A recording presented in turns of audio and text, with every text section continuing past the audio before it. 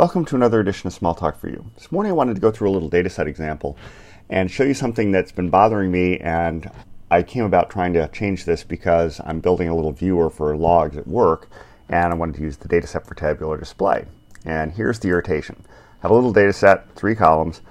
I go ahead and resize this and look what happens. Dataset stays the same size. Now end users are going to want to change the size, and in fact, depending on how these work, you can resize the columns too. So the user can do this, which means it stands to reason to me that they ought to be able to get this thing to automatically adjust to resize events on the window. So it should actually not do that. So that was something I wanted to change. Well, I got most of the way there myself. I did get a little help from Syncom support because there were a couple of things that confused me about this, and it turns out that I got this far. What you need to do is you need to capture the resize event. So I had this commented out because this works. So when resize, send resize event to self from the window, and then I'm just going to send a resize event out of post open so that we get it the first time and resize things properly. And in this resize event method, this looks a little tricky. What you need to do is grab the widget, get the columns, and then I'm going to get the last column. I'm going to iterate over all the columns to calculate the widths of them.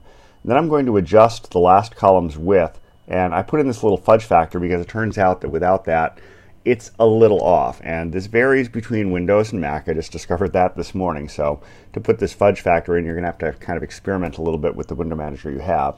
And then you use this private API, compute starts. This is the key to this.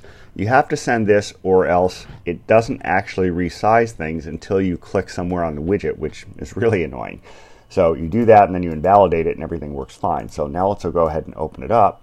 So now we have this widget. Notice how it's sized out to the end here. Now I resize it smaller, and of course it shrinks there, that's appropriate, but when I make it bigger, this last column grows to fill out the space. Now you could adjust this method to kind of size all of them out if you wanted, but what I wanted for my purposes was the last column, and this works great.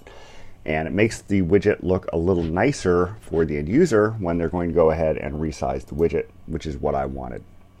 So that's about it for today. Until next time, have fun with whatever small talk you're using.